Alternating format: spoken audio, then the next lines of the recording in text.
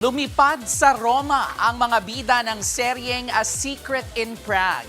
Kasama riyan ang bagong cast na sina Dylan Minor at Lorna Tolentino. Narito po ang Frontline Showbiz Report. Roaming around sa Rome ang cast ng seryeng A Secret in Prague.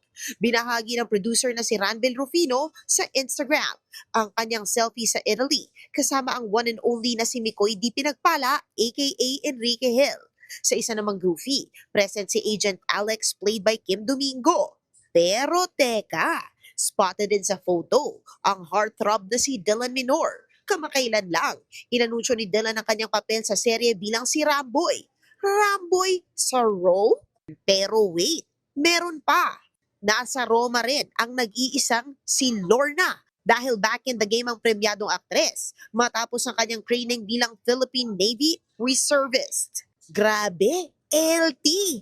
As in Lorna Tolentino, makiki-action din kaya siya sa A Secret in Prague?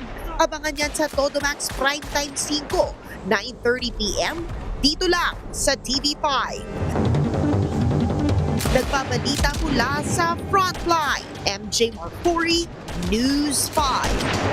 Mga kapatid, Jervy Wrightson po. Eto na nga. Para sa latest showbiz news at iba pang kay-alaman, mag-follow at mag-subscribe na sa social media pages ng News 5.